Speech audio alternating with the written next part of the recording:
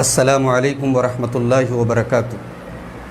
الحمدللہ رب العالمین والصلاة والسلام علی سید الانبیاء والمرسلین وعلی آلہ وصحبہ اجمعین ومن تبعہم بإحسان الی یوم الدین، اما بعد۔ معزز ناظرین، آج ہم عقیدے کا جو کورس شروع کرنے جا رہے ہیں، یہ اس کورس کا پہلا ایپیسوڈ ہے، پہلا حصہ ہے، اور آپ جانتے ہیں کہ یہ کورس ڈاکٹر شفیق الرحمان کی کتاب تجدید ایمان کی روشنی میں ہے۔ اس کتاب کا PDF لنک آپ کو اس ویڈیو کے ڈسکرپشن میں بھی دیا جا رہا ہے، اور جو لوگ ہمارے اس کورس میں جوائنڈ ہیں ان کو واٹس ایپ پر بھی اس کورس کا جو نوٹس ہیں اردو میں بھی اور رومن اردو میں بھی ان کو اویلیبل کرایا گیا ہے۔ ڈاکٹر شفیق الرحمان کی یہ کتاب تجدید ایمان تقریباً 137 پیجز پر مشتمل ہے، تو ہم انشاءاللہ اس پوری کتاب کو 6 ایپیسوڈ میں کور کریں گے۔ یہ عقیدے کی بنیادی باتوں پر بڑی بہترین کتاب ہے، اور اس میں سوال و جواب کے طرز پر، کوئز کے طرز پر سوال ہے، جواب ہے، بڑی اہم باتیں بتائی گئی ہیں۔ تو آج ہم سب سے پہلا جو اس کتاب کا جو چیپٹر ہے توحید اور اس کے متعلقات، یعنی توحید سے ریلیٹڈ جو باتیں ہیں اس پر آج انشاءاللہ ہم گفتگو کریں گے۔ سب سے پہلا جو سوال ہے وہ یہ کہ اللہ تعالیٰ نے ہمیں کس لیے پیدا کیا؟ یہ بہت بڑا سوال ہے کہ اللہ تعالیٰ نے ہمیں پیدا کس لیے کیا، ہماری پیدائش کا مقصد کیا ہے؟ اس سوال کا جواب دیتے ہوئے اللہ تعالیٰ نے سورہ ذاریات کی آیت نمبر 56 کے اندر 56 کے اندر فرمایا، وَمَا خَلَقْتُ الْجِنَّ وَالْإِنسَ إِلَّا لِيَعْبُدُونَ، میں نے جنوں اور انسانوں کو صرف اپنی عبادت کے لیے پیدا کیا ہے۔ محترم ناظرین، اللہ تعالیٰ نے ہمیں اور آپ کو پیدا کیا ہے، اور اللہ تعالیٰ کا حق ہمارے اوپر یہ ہے کہ ہم اس کی عبادت کریں۔ بندوں کے اوپر اللہ تعالیٰ کا سب سے بڑا اور سب سے اہم حق یہی ہے کہ بندے صرف اللہ کی عبادت کریں، اللہ کی عبادت میں کسی کو شریک نہ کریں۔ آئیے اس بات کی وضاحت ایک حدیث سے دیکھتے ہیں۔ صحیح بخاری کی 2856 اور صحیح مسلم کی 30 نمبر کی حدیث ہے۔ حضرت معاذ ابن جبل کہتے ہیں کہ میں اللہ کے نبی صلی اللہ علیہ وسلم کے ساتھ ایک گدھے پر پیچھے بیٹھا ہوا تھا، اس گدھے کو عفیر کہا جاتا تھا۔ تو آپ صلی اللہ علیہ وسلم نے پوچھا کہ اے معاذ، حل تدری حق اللہ علی عبادی، کیا تم جانتے ہو کہ اللہ کا حق کیا ہے بندوں کے اوپر؟ وما حق العباد علی اللہ، اور اللہ کے اوپر بندوں کا حق کیا ہے؟ میں نے کہا کہ اللہ اور اس کے رسول زیادہ بہتر جانتے ہیں۔ تو اللہ کے رسول صلی اللہ علیہ وسلم نے فرمایا، فإن حق اللہ علی العباد ان یعبدوہ ولا یشرکوا بہ شیئا، اللہ تعالیٰ کا حق بندوں پر یہ ہے کہ بندے صرف اللہ کی عبادت کریں، اللہ کے ساتھ کسی کو شریک نہ کریں۔ وحق العباد علی اللہ الا یعذب من لا یشرک بہ شیئا، اور بندوں کا حق اللہ کے اوپر یہ ہے کہ اللہ تعالیٰ اپنے بندوں میں سے وہ بندے جو اللہ کے ساتھ شرک نہ کریں ان کو اللہ تعالیٰ عذاب نہ دے۔ تو حضرت معاذ بن جبل نے کہا کہ اللہ کے رسول، کیا میں لوگوں کو اس بات کی بشارت نہ سنا دوں؟ اللہ کے رسول صلی اللہ علیہ وسلم فرمایا، لا تبشرہم، ان کو یہ بشارت مت سناؤ، فیتکلوا، کہیں ایسا نہ ہو کہ وہ اسی پر بھروسہ کر کے بیٹھ جائیں۔ یہ صحیح بخاری اور صحیح مسلم کی حدیث ہے۔ اس حدیث سے واضح طور پر معلوم ہوا کہ توحید یہ اللہ تعالیٰ کا سب سے بڑا حق ہے ہمارے لیے کہ ہم اللہ تعالیٰ کی عبادت کریں، صرف اس کی عبادت کریں۔ دوسرا اہم سوال یہ ہے کہ توحید کا فائدہ کیا ہے، توحید سے ہمیں کیا ملے گا؟ تو یہ بات یاد رکھیں محترم ناظرین کہ جو سچے دل سے لا الہ الا اللہ کہے گا اور اس میں شرک کی ملاوٹ نہیں کرے گا، وہ یقیناً جنت میں جائے گا، اس پر جہنم کی آگ حرام ہے۔ اللہ تعالیٰ نے سورہ انعام کی آیت نمبر 82 میں فرمایا، الذین آمنوا ولم یلبسوا ایمانہم بظلم اولئک لہم الامن وہم مہتدون، جو لوگ ایمان لائے اور اپنے ایمان میں انہوں نے ظلم کو نہیں ملایا، یہی وہ لوگ ہیں جن کے لیے امن ہے، اور یہی وہ لوگ ہیں جو ہدایت پر ہیں۔ اس آیت میں ظلم سے مراد شرک ہے، جیسا کہ صحیح بخاری کی 32 نمبر کی اور صحیح مسلم کی 124 نمبر کی حدیث میں اللہ کے رسول صلی اللہ علیہ وسلم نے وضاحت فرما دی ہے۔ اس کے علاوہ اللہ کے پیارے نبی صلی اللہ علیہ وسلم فرماتے ہیں، صحیح بخاری کی 425، صحیح مسلم کی 33 نمبر کی حدیث ہے، ان اللہ حرم علی النار من قال لا الہ الا اللہ یبتغی بذلک وجہ اللہ، اللہ تعالیٰ نے جہنم کی آگ حرام کر دی ہے اس انسان پر جو لا الہ الا اللہ کہے اور اس کے ذریعے اس کا مقصد صرف اللہ کو راضی کرنا ہو، یعنی اخلاص کے ساتھ لا الہ الا اللہ کہے، اس کے لیے جہنم کی آگ حرام ہے۔ تیسرا سوال آج ہمارا یہ ہے کہ توحید سے کیا مراد ہے، توحید کا مطلب کیا ہے؟ تو یہ بات یاد رکھیں کہ توحید کا مطلب یہ ہے کہ اللہ تعالیٰ کی ذات میں، اس کی صفات میں اور اس کے حقوق میں اللہ تعالیٰ کو منفرد، یکتا اور بے مثال ماننا۔ اللہ تعالیٰ اپنی ذات میں یکتا ہے، منفرد ہے، بے مثال ہے۔ اللہ تعالیٰ اپنی صفات میں یکتا ہے، منفرد ہے، بے مثال ہے۔ اور اللہ تعالیٰ کے جو حقوق ہیں، جو عبادتیں ہیں، وہ بھی صرف اسی کے لیے جائز ہے، کسی اور کے لیے جائز نہیں۔ ان تمام چیزوں کا نام توحید ہے۔ پھر ایک اہم سوال یہ ہے کہ توحید ربوبیت کیا ہوتی ہے؟ تو یہ بات یاد رکھیں کہ توحید ربوبیت کا مطلب یہ ہوتا ہے کہ اللہ تعالیٰ کائنات کی تمام چیزوں کا پیدا کرنے والا ہے، ان کا مالک ہے، ان کا رازق ہے، اور کائنات کی تمام چیزوں کا مدبر ہے، اس کی تدبیر کرنے والا، اس کو چلانے والا ہے۔ یہ جو توحید ہے، توحید ربوبیت، اس کو مشرکین مکہ بھی مانتے تھے۔ اللہ تعالیٰ نے سورہ یونس کی آیت نمبر 31 کے اندر فرمایا، قُلْ مَنْ يَرْزُقُكُم مِّنَ السَّمَاءِ وَالْأَرْضِ أَمَّن يَمْلِكُ السَّمْعَ وَالْأَبْصَارَ وَمَنْ يُخْرِجُ الْحَيَّ مِنَ الْمَيِّتِ وَيُخْرِجُ الْمَيِّتَ مِنَ الْحَيِّ وَمَنْ يُدَبِّرُ الْأَمْرَ فَسَيَقُولُونَ اللَّهُ فَقُلْ أَفَلَا تَتَّقُونَ۔ اے نبی، آپ کہیے کہ کون ہے جو آسمان اور زمین سے تم کو روزی دیتا ہے؟ کون ہے جو تمہارے کانوں اور تمہاری آنکھوں کا مالک ہے؟ اور کون ہے جو زندہ سے مردوں کو نکالتا ہے؟ اور کون ہے جو مردے کو زندے سے نکالتا ہے؟ اور کون ہے جو کائنات کے تمام معاملات کی تدبیر کرتا ہے؟ فَسَيَقُولُونَ اللَّهُ، تو وہ ایک ہی بات کہیں گے کہ اللہ ہے۔ فَقُلْ أَفَلَا تَتَّقُونَ، تو آپ کہہ دیجئے کہ کیا تم اللہ سے ڈرتے نہیں ہو؟ محترم ناظرین، ایک اہم سوال یہ ہے کہ توحید الوہیت کا کیا مطلب ہے؟ تو یاد رکھیں کہ توحید الوہیت کا مطلب ہے کہ اللہ تعالیٰ ہی الہ واحد ہے، معبود برحق صرف وہی ہے۔ اللہ تعالیٰ نے سورہ بقرہ کی آیت نمبر 163 میں فرمایا، وَإِلَٰهُكُمْ إِلَٰهٌ وَاحِدٌ لَا إِلَٰهَ إِلَّا هُوَ الرَّحْمَٰنُ الرَّحِيمُ، تمہارا معبود ایک ہے جس کے سوا کوئی معبود نہیں، وہ رحمان اور رحیم ہے۔ الہ کس کو کہتے ہیں؟ الہ کا مطلب ہوتا ہے وہ ذات جو ہر قسم کی عبادت کی مستحق ہے، اور اسی کو مشکل کشا اور حاجت روا مانا جائے، اور جو لا ثانی ہو، لا زوال ہو، اور کائنات کی کوئی شے اس سے پوشیدہ نہ ہو، اور جو ہر وقت ہر جگہ سے لوگوں کی پکار سنتا ہو، جو لوگوں کے دلوں کے حالات کو جانتا ہو، جو ہر شے پر قادر ہو، جو غنی ہو، سب اس کے محتاج ہوں، اس کو کہا جاتا ہے الہ۔ اور یہ الہ اگر کوئی ہے تو وہ اللہ تبارک و تعالی ہے۔ یہی وہ توحید ہے، توحید الوہیت، جس کا مشرکین مکہ بھی انکار کرتے تھے، اور ہر دور کے مشرکین نے اس کا انکار کیا ہے۔ محترم ناظرین، آج کے اس پہلے ایپیسوڈ کا، تجدید ایمان کے عقیدے کے کورس کے پہلے ایپیسوڈ کا ایک بہت اہم سوال یہ ہے کہ توحید اسماء و صفات کا کیا مطلب ہوتا ہے؟ تو یہ بات یاد رکھیں کہ توحید اسماء و صفات کا مطلب یہ ہوتا ہے کہ اللہ تعالیٰ کی تمام اسماء و صفات کا اقرار کیا جائے، جو اللہ تعالیٰ نے قرآن میں خود بیان کی ہیں یا اللہ کے پیارے نبی صلی اللہ علیہ وسلم نے صحیح حدیثوں میں بیان کی ہے، ان تمام صفات پر ایمان لایا جائے، ان کا اقرار کیا جائے۔ جیسے اللہ تعالیٰ نے سورہ نساء کی، سورہ طٰہٰ کی آیت نمبر 5 میں فرمایا، الرحمن علی العرش استویٰ، رحمان عرش پر مستوی ہے۔ اب یہاں اللہ تعالیٰ کی ایک صفت بیان کی گئی، رحمان عرش پر مستوی ہے، تو اس کی صفت استواء علی العرش کا اقرار کیا جائے۔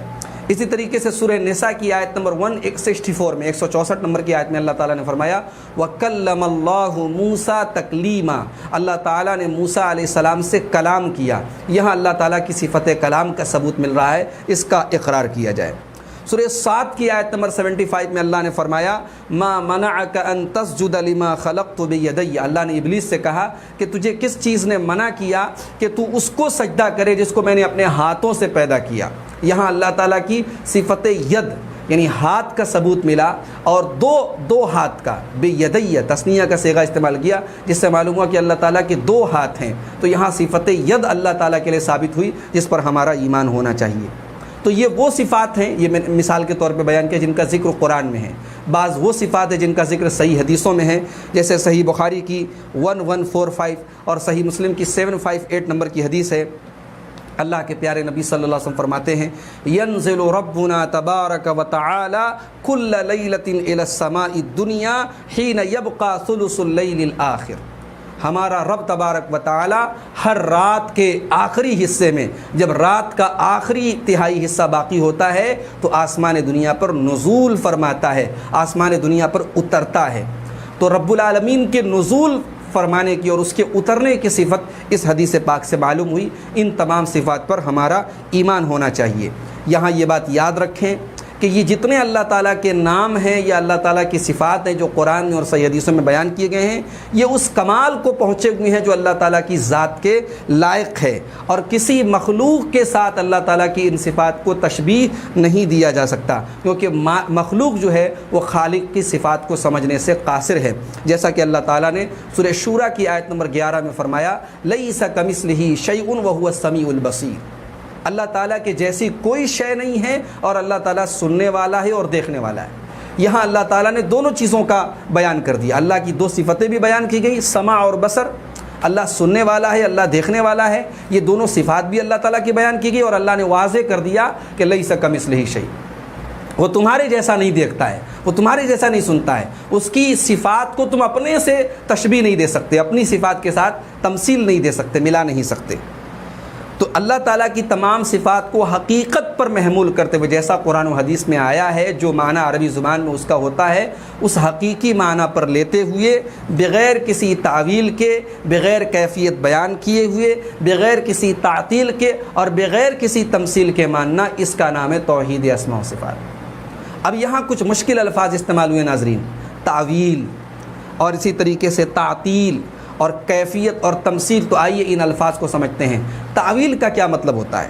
تعویل کا مطلب یہ ہوتا ہے کہ اللہ تعالیٰ کی جو صفات قرآن یا حدیث میں بیان کی گئی ہیں، ان کا جو ظاہری معنی ہے، جو حقیقی معنی ہے، جو عربی زبان میں جس معنی کے لیے وہ لفظ استعمال ہوتا ہے، اس سے پھیر کر کے کسی دوسرے معنی میں استعمال کرنا۔